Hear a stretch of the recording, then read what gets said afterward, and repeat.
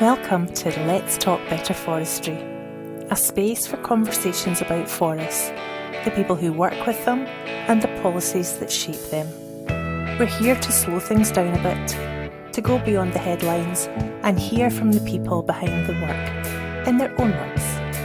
Honest, thoughtful, sometimes messy conversations, but always grounded in real experience.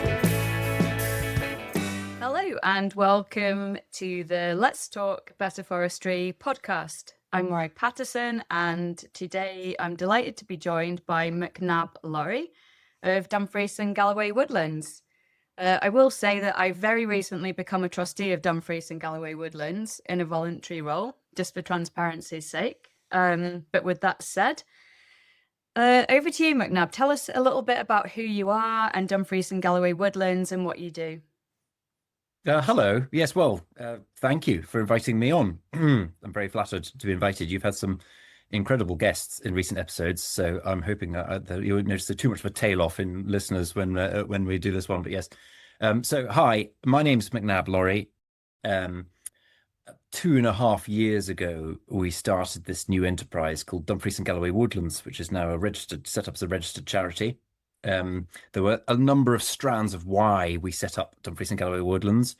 There was sort of interest from Woodland Trust. How can we raise profile of Woodland Trust and their activities in Dumfries and Galloway? What's going on with Borders Forest Trust? Could we do more Borders Forest Trust type things over in the West?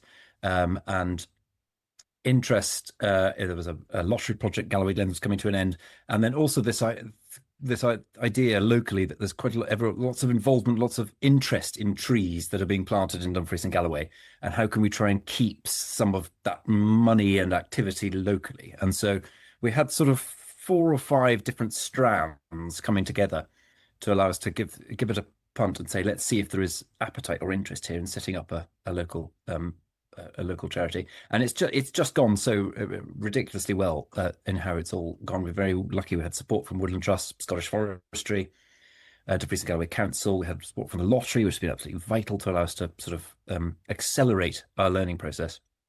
And I think the comment that was made the other day is just sort of exploding into lots of tree-related activities.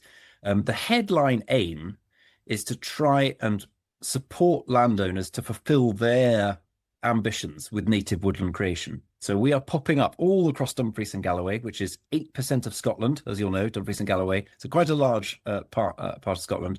We're popping up with landowners all across the region talking about native trees. How can we plant the next generation of native trees in Dumfries and Galloway? So that's our sort of headline aim. And then underneath that, we have these other strands of activity that's going about. So we are, as I speak to you now, we have an illustrious set of 9 trustees. We have 3 members of staff. We have 300 members. We're a membership organisation. I should stress that it's free to become a member. And yes, it's sort of exploding into lots of different avenues of work. Brilliant. So do you want to share with the listeners a couple of key projects? Because I know you've become a woodland owner as well as an organisation. Yes. So it's been really interesting. I didn't think we ever, when we started out, I didn't think we ever sort of planned or set out to be a woodland owner. But the dream was always that we were encouraging what we could encourage through partners. So we would pop up and we would be able to help partners with their land. But then this opportunity came up to purchase Bennel Wood, which is 13-hectare clearfell site just outside Dalbeattie. And it was felled in January-ish 2024. And so there's lots of naturally regenerating trees all across the area, mainly birch. And so what we're doing, we're calling that Woodland Laboratory, and we're going to be trying different treatments on those regenerating trees. And the dream here is really on a bigger scale. What role can natural regeneration play in suboptimal woodlands across Scotland? And so the wood that we bought it was blew down a lot through Storm Arwen.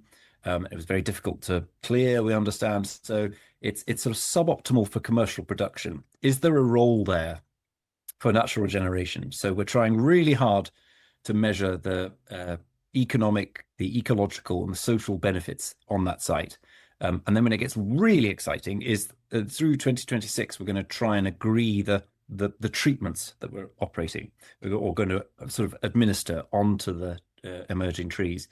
And so those treatments are everything from different types of protection and tubing or different thinning, right the way through to innovative products that people are trying now to help with tree growth. And so it's going to be interesting to see how, first of all, what roles natural regeneration got to play in the sort of bigger debate on suboptimal sites that are not responding well to standard practices, but then also how do these different treatments play? And so the ownership of the wood has been very good as well, because in our work with landowners, we've had to seek to vary a felling permission. We've had to get insurance on the site. We've had to undertake work on site. It has improved what our understanding of what it's like to actually own a wood, and therefore the support that we can give to people. So we've got that sort of strand, which is the Woodland Laboratory.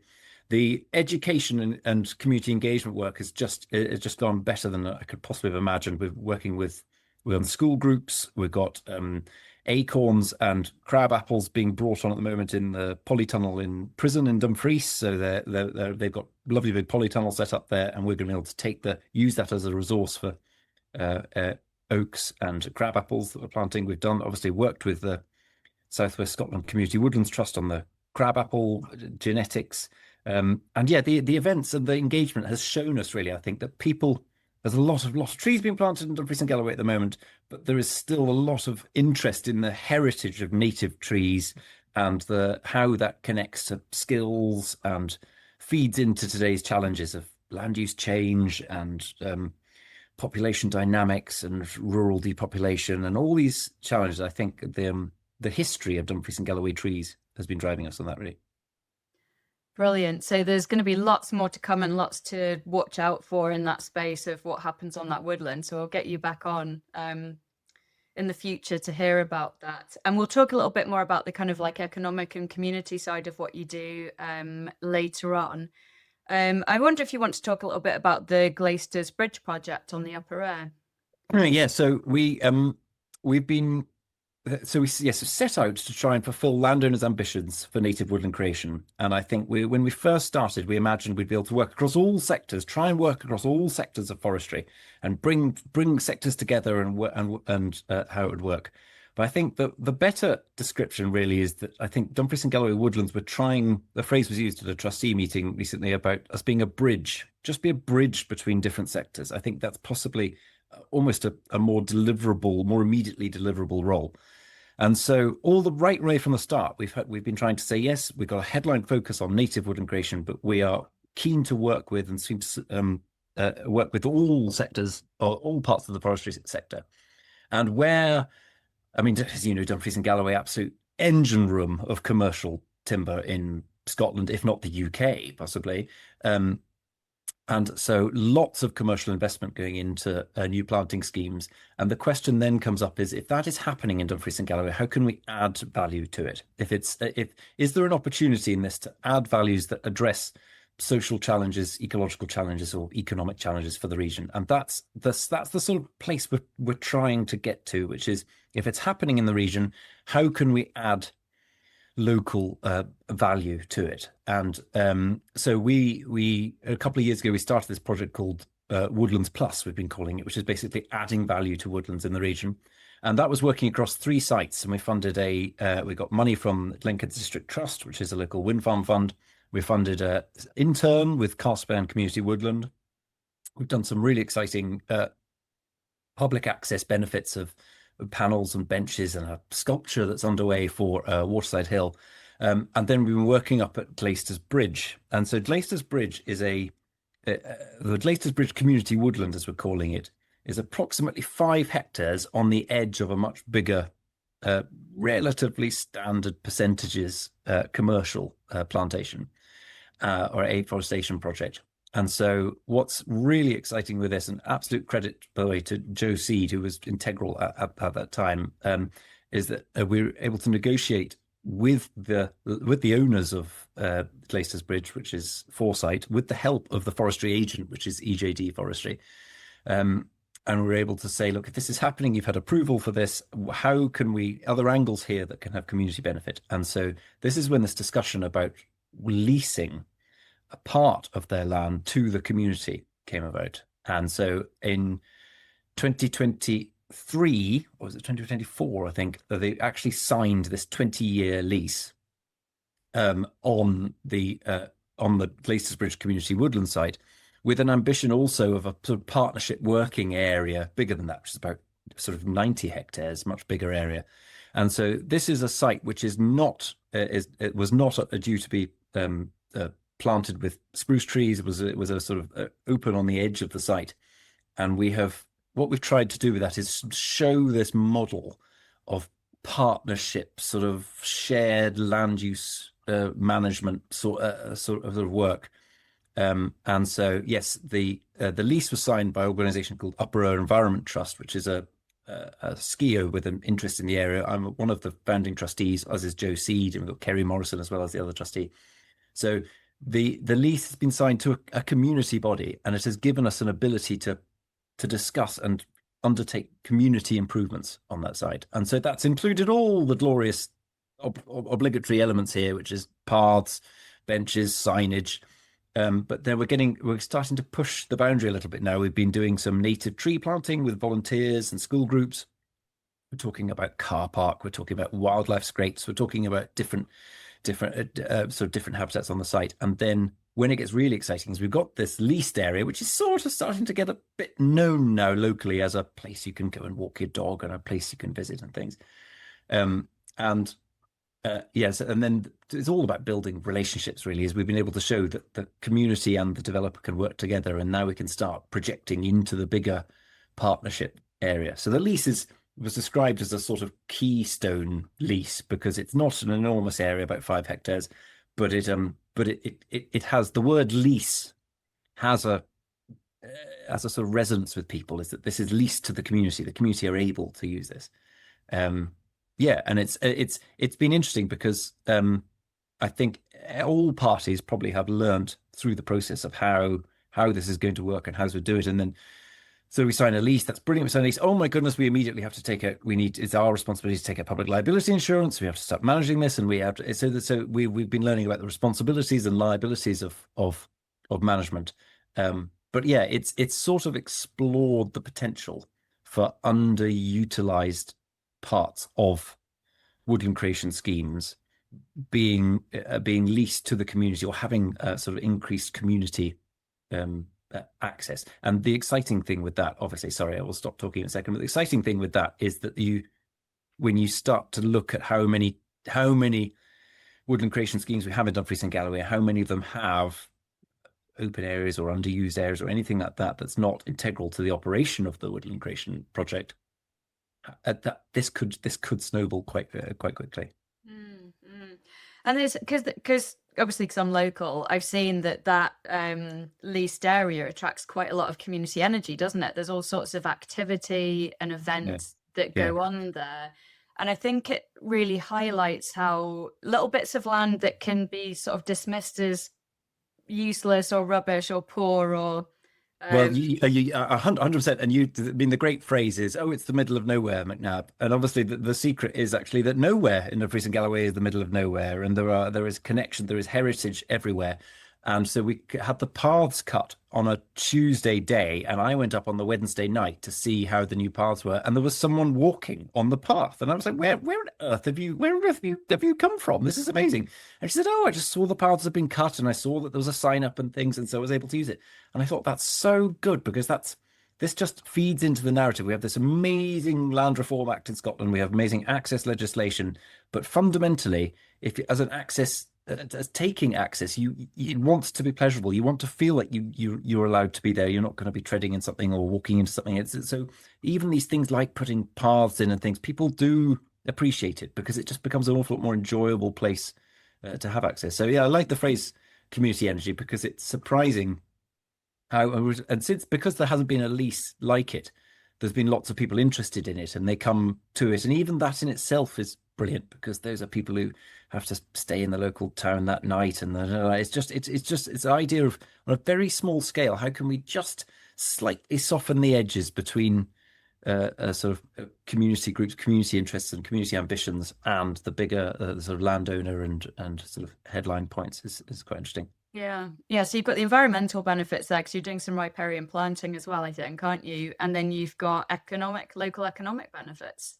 Yeah, so Presumably. I keep saying that you've probably heard me say it relentlessly, Morag, so I'm going to repeat it again, but I keep saying that there's three main types of added value we should be looking at, which is social benefit, meaning sort of public access and public benefit, school visits and things. So social benefit, and then economic benefit when you look at supply chains and you look at employability and giving job opportunities locally, and then the ecological benefit. So that when it comes into sort of habitat management, wildlife scrapes, different planting schemes and things. And I think within those three, they are not equally attainable. I think the social, tangible on-site works are the most, they have the most cut through to people. And I think in some parts of Dumfries and Galloway at the moment, there is a lot of deer fencing with a gate which is locked, and it just comes across slightly them and us, or keep out of here angle to it. And I think a lot of that actually is nothing related to money or anything like that. It's just relationships. It's the fact that who do you trust? Can you work with the community? Can the community have access through this gate? It's really interesting. And the comment was made the other day of the actual impact of this. And obviously, I'm not saying we've put a footpath through a woodland means a dentist is going to move to Dumfries and Galloway and address our skills shortage and things, but it's all about these little things, are just little steps towards improving the quality of life for people in Dumfries and Galloway. So I think social elements are probably the most tangible and quickest wins, but I still see the economic and ecological as very exciting in their own right. Yeah. And the exciting thing is here as well, there's the opportunity to scale this across existing and new woodlands, right across the region and across the country, isn't there?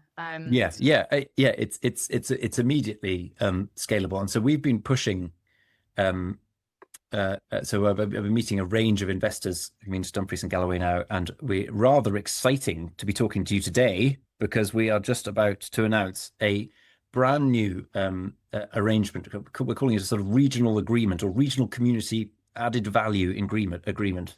Maybe a snappier title is possibly available, but something about adding value on a regional basis, because we're working with Foresight and EJD Forestry, who we've worked with now for 2 years, through whether it's with the Upper Environment Trust hat on or the Dumfries and Galloway Woodlands hat on, about 2 or 3 years now. And brilliantly, we've been able to say, look what we've done at Glaisters Bridge. There's a relationship there. There's a trust is developed. And so if there is a genuine relationship developing, what about the other sites that you have in Dumfries and Galloway? Could we roll what we've done here out to the other sites? And I think that's really exciting, because this hasn't been done before. This is a sort of regional investment, regional added value investment. This is private finance. This is natural capital investment. This is ticking all these boxes of synergizing private finance, all these words that are used, held up. And so we've just signed an agreement, which is 3-year agreement with Foresight and EJD Forestry, with the potential to be up to £120,000 of investment into Dumfries and Galloway over the next 3 years for this activity. And this, it's very exciting because, first of all, the scalability, as you say, does jump out. Is this something that could be used? Obviously, from D&G Woodlands' point of view, this is what we'd like to establish as if this is the benchmark of what's expected in Dumfries and Galloway. And this is how, if you're coming to Dumfries and Galloway, the focus previously was on financial return, but this is actually, you get financial return and how can we address some of the challenges that Dumfries and Galloway faces. So it's very exciting. And Foresight and EJD Forestry they deserve credit for sticking their neck out on this, because it is both of us are stepping into a new field on this, basically, from our site point of view and from their point of view. Yes, they're putting cash in, which is obviously brilliant. We're a registered charity. The more money we have, the more good we can do on a simple basis. But the way the agreements are phrased is that we're talking about on-site works, like the sort of thing we've done at Glaisters Bridge, but also we're not tied just to on-site works, because I think that's where it gets more exciting, is when you start thinking about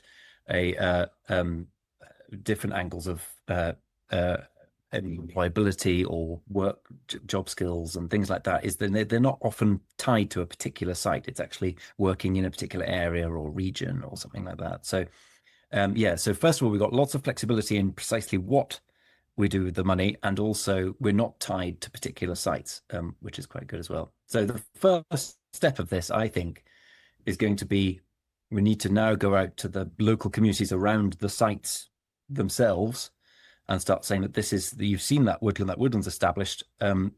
What options, maybe from this menu of different sort of added value options, what options appeal to you as the local community? What do you think there would be appetite for?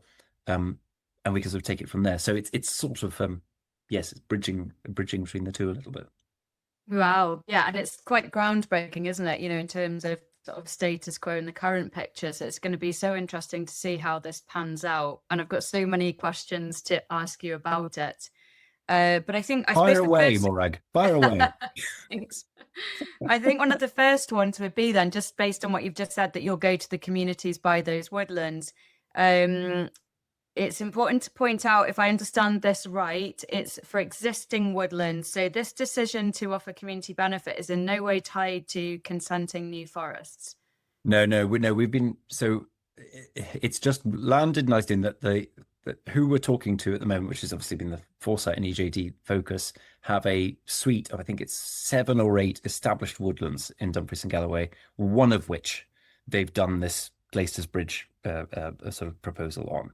And so, so we are talking within the approved, existing woodlands is the best way to put it. No, it's a really important point to make, but I think something that we within Dumfries and Galloway woodlands have to be very careful of is that there is a not entirely separate, but sort of concurrent discussion about community input and influence into new planting schemes that's going on. And this the position Dumfries Galloway Woodlands has always taken is if it's here, how do we add value to it?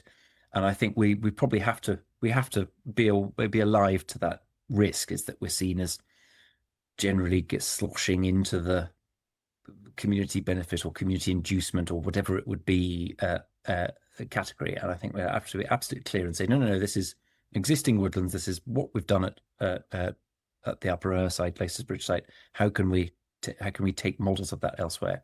But yeah, that's something we're just going to have to monitor very closely and make sure that we are not treading on the community's absolute right to input through normal methods of their views. Yeah. Sorry, I was having to turn some notifications off there. Yeah, so it'll be really interesting. Do you think there are what are the risks associated with this apart from that? Are there any others that you can think of? I mean, there's so many. It really is a step into the unknown. If you think about it too much, there are risks connected to it. We're a small charity. We will have to manage this very carefully to make sure that the investment we've received, because obviously I want to tell you that we want to use this investment as the Keystone investment to draw in other funds. We want to multiply this. So we want to say this is, what's that great phrase about the first £10 being the hardest £10 to raise? Like I don't see this as a finite pot. And Foresight and EJD have been very good about that as well, as they don't want total. There's not a case of, no, you've just got to use our money so we get 100% involvement or 100% anything like that. They're like, no, the more money you have, the more good can happen, and this money can trigger or can draw in other sources of funds. So yeah, I think we have to monitor it very carefully.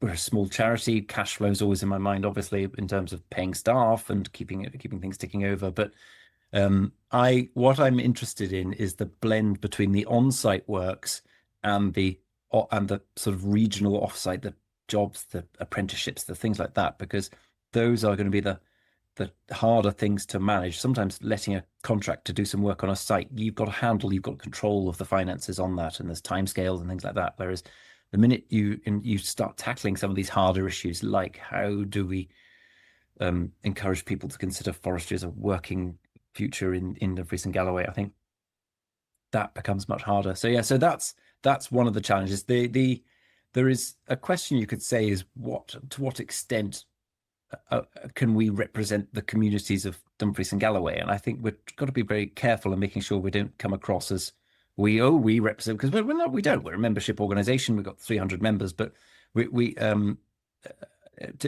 not. We're not a community council. We're not a sort of a statutory consultee. We're not a responding organization, and you obviously being a community council, the community council's role is quite clear in representing communities' views. And I think that there's a very interesting point about why do we need another organization like Dumfries and Galloway Woodlands? Why can't we just work on a very hyper local basis? And I think that there's so many answers to that, but I think the capacity within community councils varies across the country. So some community councils have more capacity than others, but also fundamentally, a community council is there to represent the community's views, and I think that sometimes can restrict the space for creative thought of, right, if we've already got it, how do we add value or engage with it or add value to it? I think that's probably where we sit on that. But yeah, sorry, you asked about risks. There's all sorts of risks connected to this, and I've just got to say that the current system is the phrase "just transition." There's so many buzzwords around. Some of them come and go, but I really like the phrase "just transition" because it has a sort of ambition in there that this massive transition that is underway should be fair, and I think it doesn't feel in Dumfries and Galloway at the moment. It doesn't feel as fair as it could be. Let's just put it like that, I think, probably. And so this possibly just it moves the needle just slightly on that, and that's why I think it's worth taking the risk, all the risks connected to it in terms of delivery, in terms of perception, everything like that. I think it's worth taking that because the current system doesn't feel relatively just, and I think this is just moving it to a slightly more just position from a community's point of view. Yeah, it certainly kind of signals a bit of a step change, doesn't it? And I mean, I think it's important to say it's a pilot, isn't it? If I understand it right. Yeah. So it's testing. Yeah. How can this work? Yeah. What happens if? Absolutely. And I think, I'm so glad you said, no, with the word we've been using within the Dumfries and Galloway Woodlands is pilot, because it has never been done before. There's a great phrase I heard the other day, is that everyone wants to be second at something. No one ever wants to be first at something. Being second is brilliant because you can learn from all the mistakes that the first person's made. And so to an extent, we are in the position of being first on this, and we are calling it a pilot. A pilot scheme. I think a very good comment was made by a Dumfries Galloway Woodlands trustee the other day, is we really need to be careful about evaluating this. It'd be really good to get some really objective, possibly external evaluation of how this is working. Maybe a year in, see how it's gone. There'll be some metrics here in terms of actual cash invested from investors, which is great and sort of relatively clear. And then multiples, how much have we turned that money into? We've been able to raise other money on the back of it. And then things like number of people who visited Woodlands, number of people. There would be nice to get some tangible measurements out of it, because we're going to have to evaluate this. And also, sorry, you didn't answer this question, but I'll answer this question anyway, is that what we're doing here is not making widgets that you can just boom, oh, we can do 10 widgets this year, we'll do 100 widgets next year, no, we'll do national widget production. It is, what we're doing here is very place-based. I love the word place-based. I love just transition, and I love place-based. And I think place, I didn't really understand place when I first heard this idea about place, but I get it now. And it is Dumfries and Galloway is different. It everywhere in Scotland is different from other places in Scotland. There is no, sometimes there's a risk nowadays that we homogenize things with sort of national approaches or something. But I think we are a place-based organization. We all live here. We all see everything from a Dumfries and Galloway point of view. And I think the idea of yes, it's a pilot, and yes, it's got to be evaluated, but we can't forget that we're doing this here in Dumfries and Galloway, and what works here and what doesn't work here might not be the same elsewhere. But that just brings a fifth axis to assessing this process. But so it's potentially scalable, but not on a one size fits all approach. And that yes, I think that's fair. I've got some history in my last jobs where I worked down in England for a while, and I saw introduction of regulations and statutory, how statutory instruments get used. And in many ways, what we've done here with EJD Forestry and Foresight is only because of the key people involved at their end have seen they've trusted the community, they've trusted the relationships we've established, and it is a punt. And I think there's an interesting discussion about, oh, brilliant, this could be a statutory implement. And obviously the question that comes to mind then is, you've seen some statutory implements work and some don't. And yeah, there's lots of talk about wind farm money with this sort of discussions, because we have wind farm community benefit payments are a voluntary contribution from the wind farm developer, and that has come to be seen as just a financial relationship. And I think I would love it if, in what we're doing here in Dumfries and Galloway, if we keep reminding people that we're talking about on-site works and off-site works, and we're talking about cash benefits, sort of cash costs, but also relationship benefits as well. And so things like unlocking of gates, or if we're buying trees, is it cheaper for the developer who's buying however many million trees in a year, cheaper for them to buy it than for us to buy 100 trees to plant on a community planting day? I mean, there are things there that it's a relationship benefit rather than just a sheer give the community money and let them do things. It does want to be a relationship thing. There was a phrase used by Foresight at an event. I went to an event in London last week talking about investment, and the phrase that you used was holistic investment. And I thought that was quite a good term, because it basically means if you're investing in somewhere like Dumfries and Galloway, you've got to see it as a holistic investment rather than just a extractive or financial investment. I thought that was quite a nice phrase. I might use that. Yeah, absolutely. So yeah, I mean, and I guess the challenge is always, getting those long-term self-sustaining benefits over a period of time, because, that's what communities need, isn't it? But the social ones will come more naturally, and the work you're doing around skills and jobs hopefully will also help address those rural I mean, issues. this is definitely an incrementalist approach that we have here, is that this is a very small, this is a small, like I say, pilot. We're trying this. This is going to be something that I think we can learn, parties will learn from at various points in it. But yes, that there is, we can aware that this is not a perfect fit all to all situations, but it's trying to deliver a tangible step in the right direction. Yeah. And I'm assuming you mentioned monitoring and evaluation. Hopefully you'll be sharing what does and what doesn't work really openly, so that other people can benefit from it. Yeah, no, absolutely. I think what doesn't, these bullet points that what doesn't work are worth 10 times the what does work. I think, yeah, absolutely. It's nothing worse than reading an evaluation document that says, oh, everything was brilliant. So yeah, it's all you want to get out of an evaluation document is what didn't work, and so that we don't repeat the same mistakes and things. So yeah, no, absolutely. I think that's got part of it. Yeah. And do you think, I mean, I know you've already mentioned about you don't, the possibility of community benefit, financial community benefit becoming mandated or not. And I know they are talking about that in the wind industry at the UK level, certainly. But setting the financial benefits aside, do you think this approach could influence wider forestry policy? So maybe something around the leases, maybe this coming into the scoring scheme for the forest grants and carbon code, etc. Yeah, I mean, the hardest thing with what we've done so far, whether it's in Carsfairn or Waterside Hill or the Glaisters Bridge site, is that they have been genuinely tailored for what suits in different places.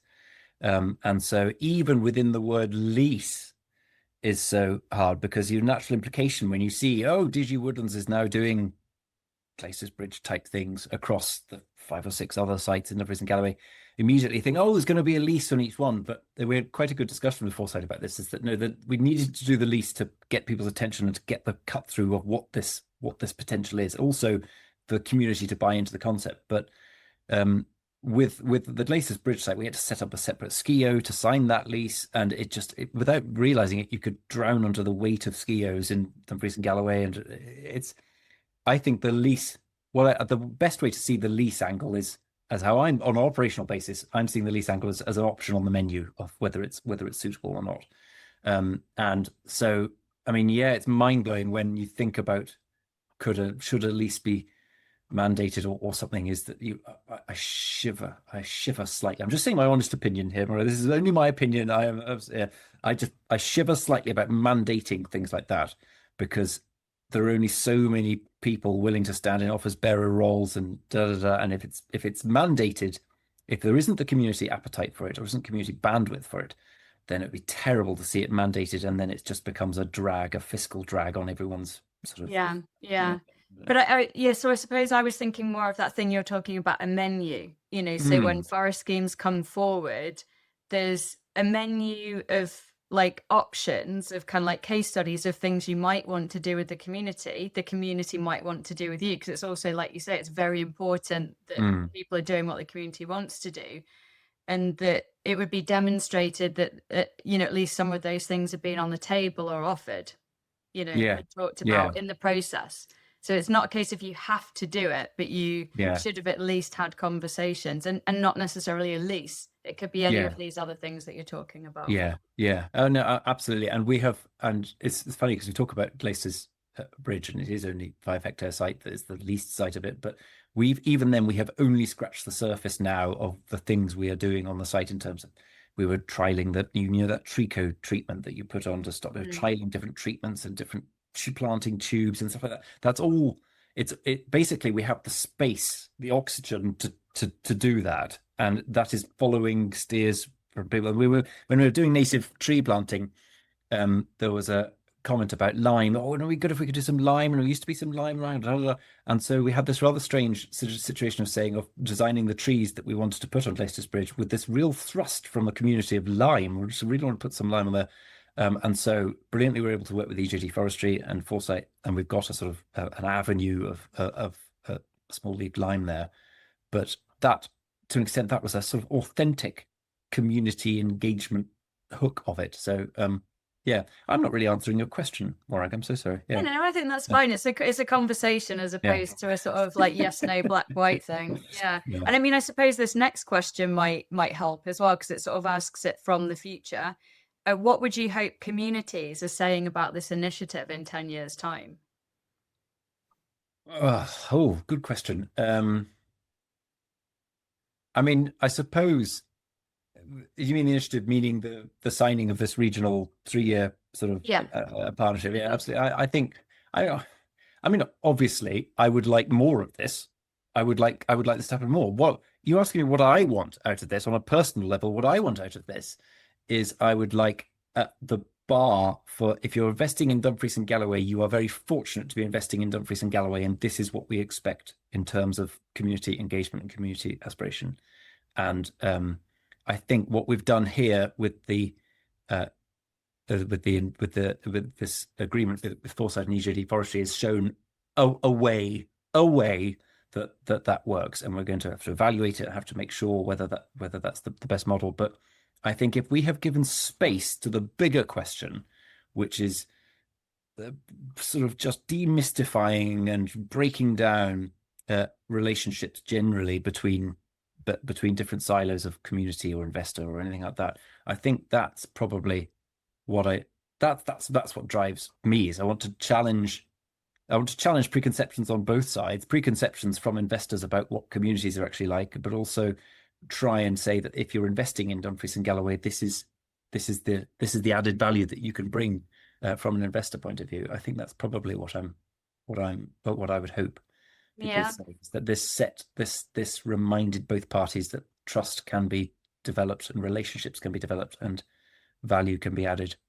I mean, Dumfries and Galloway has got some really scary problems at the moment, in terms of departure of young people and aging population. I mean, reducing population overall, and then particular recruitment to particular sectors, and then I mean, economic activity. Everything we drive through at the moment is closing or shut half the day, and there are some real problems in Dumfries and Galloway. That awful stat I heard of, if every child of school age went into the care sector, it would be insufficient to look after our projected elderly population. You think, God, so we are, in many ways, there should be a flashing light on the dashboard saying Dumfries and Galloway has some real problems, and the business as usual approach is not addressing those problems. And so this is trying to, sorry, back to your question 40 minutes ago, which was what would people look back on this agreement and say? I think if we can just be seen as trying to shake the tree a little bit on that angle, to say the the transition to net zero is being driven in places like Dumfries and Galloway. We are the engine room of this whole transition to net zero. It should be an opportunity to tackle the challenges that we face. And I think at the moment that's not how it's coming across to local media. It doesn't come across as any positive in it at all. And I'm not for one second saying that this is something that people are going to say, oh, brilliant, more of this or anything. It's just, if we could just move the needle slightly to say, look, there are some ways that this investment can tackle some of these challenges that Dumfries and Galloway faces. That would be a step forward. Yeah, no, good answer. That's the first time you said that, which implies all the previous ones were pretty logic, but that's fine. I'm aware that your kids are coming in 7 minutes, so I'm going to try and wrap up before then by giving you your last question, which comes from Stuart Goodall, who was obviously the previous interviewee. And I get to set a question for the next person? Yeah, but not on air, McNabb. Okay, right. Yeah. We'll do it off the air. I've got some suggestions. Okay, that's fine. Okay, brilliant. Okay, it's a long question, so I'm going to read it out so I don't... what, because it's got big words in it. Thank you, Morag. Yeah, cheers. Yeah, I don't want to misrepresent Stuart's question. Okay. Forest area is expanding and maturing and becoming more significant locally and nationally. This is prompting greater interest and external scrutiny, with governments being drawn into an increasing number of debates and occasional conflicts. Should we look to a future where government and its agencies become bigger, more powerful and interventionist, or should stakeholders seek to develop their own solutions for adoption by regulators and government? Thanks, Stuart. Right. Yes, a one-word pithy answer you're after, Morag. We'll have that's interesting. However you want. Yeah. I mean, it's really what a great question, because I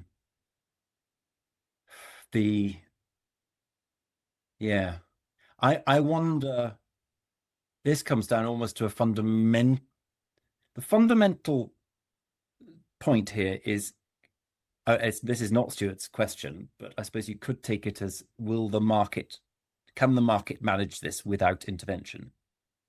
And I think that's probably everyone's probably personally got a view on what they think about that. If Stuart was asking me that question, I don't think the market can be left entirely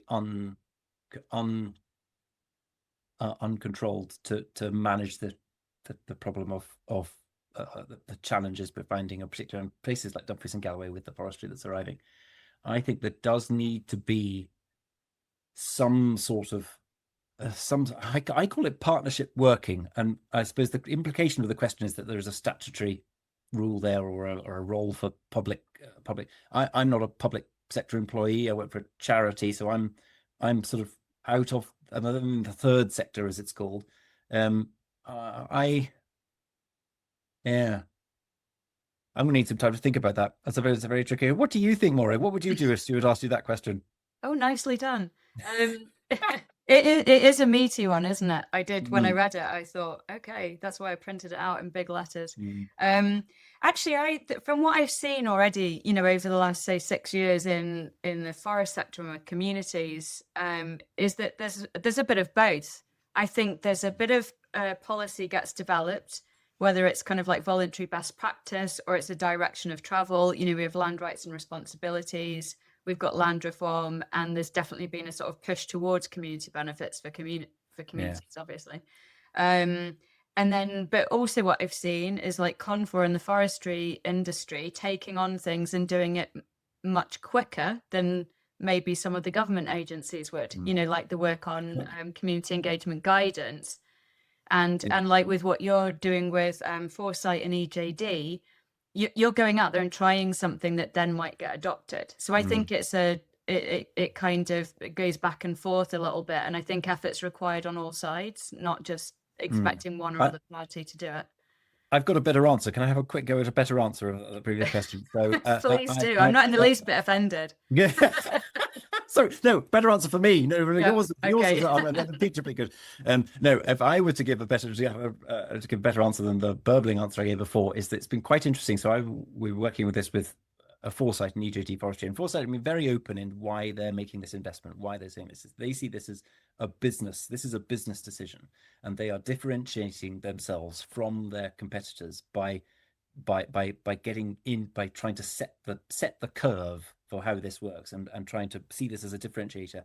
And so this is what I quite like about this is there's not just them doing something, oh, this will be good, let's just do a good thing. This is a genuinely business decision as I understand it. And so I think that is a cause for hope, is that we should be trying to focus discussion on raising the bar. Because why are they doing that? They're doing that because their investors they want the returns, but they also want the added value. They want the holistic investment in it. And I think when you see that, you think actually there is a case there to say, rather than coming in from a state point of view, if we work with investors, if we get investors up to speed, then actually investors will not be happy to will seek out these additional value opportunities where they're delivering the community and ecological social benefits and things from it. So yeah, I think maybe the state, we have seen there are some negatives to too much state involvement. I think if we can try, but the trouble is when I say that, you're going to pick up on the fact that there are the bad actors who are then left unregulated or uncajoled sufficiently by the state. But I think if we could focus discussion on the best practice and the best actors and aspiration to match that, then I think that's probably where I sit on the scale. Yeah, and then others will hopefully naturally follow. Yeah, and it is breaking new ground, isn't it? And I think it is difficult for everybody in this new situation to know what the right thing to do is.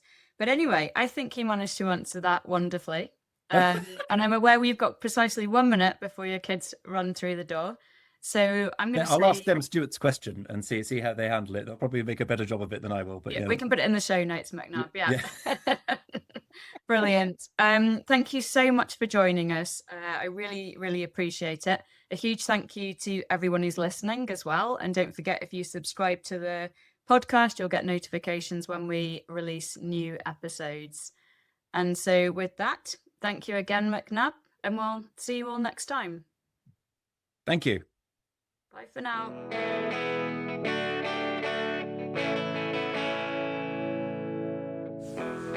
Thanks for listening.